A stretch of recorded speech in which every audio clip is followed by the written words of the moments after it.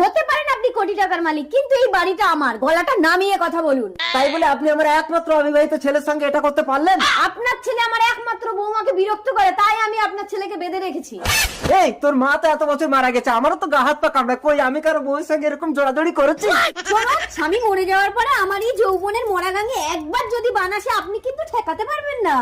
আচ্ছা ঠিক আছে, আমার ছেলেকে ছেড়ে দিতে কত টাকা চাই বলুন? কি? এই চম্পাকে আপনি টাকার লোভ দেখান? ঠিক আছে, তাহলে আপনি কি চান বলুন? বিয়ে। আমার একমাত্র অবিবাহিত ছেলে আপনাকে বিয়ে করবে? আমাকে কেন, আমার বিধবা বৌমাকে। একটা বিধবাকে আমার একমাত্র বৌমা করব? আমার ছেলে বালেশ্বর ট্রেন দুর্ঘটনায় মারা যায়, আর আমি একজন বিধবা হয়ে বুঝি স্মৃতি দিয়ে যৌবনকে সামলানো যায় না। এটা শারীরিক নির্যাতন, মানবিক অপরাধ। তাই আসুন আমরা সকলে মিলে বিধবা বিবাহে সম্মত হই।